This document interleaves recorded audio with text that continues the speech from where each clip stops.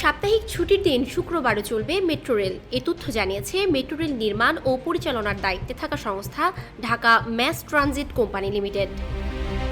সোমবার এ তথ্য জানায় প্রতিষ্ঠানটির ব্যবস্থাপনা পরিচালক এএন সিদ্দিক। তিনি বলেন, সপ্তাহের অন্য 6 দিনের মতো শুক্রবারও মেট্রো রেল চালু রাখার জন্য প্রয়োজনীয় প্রস্তুতি নেওয়া হচ্ছে। এজন্য সফটওয়্যার পরিবর্তন সহ বেশ কিছু কাজ করতে হবে।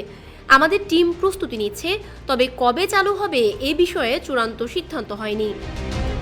প্রসঙ্গত, বৈষম্য বিরোধী ছাত্র আন্দোলনের কর্মসূচি চলাকালে 18 জুলাই মিরপুর 10 নম্বর গোল চত্বরে পুলিশ বক্সে অগ্নিসংযোগ করা হলে ওই দিন বিকেল 5টায় মেট্রো রেলের চলাচল বন্ধ করে দেয় কর্তৃপক্ষ।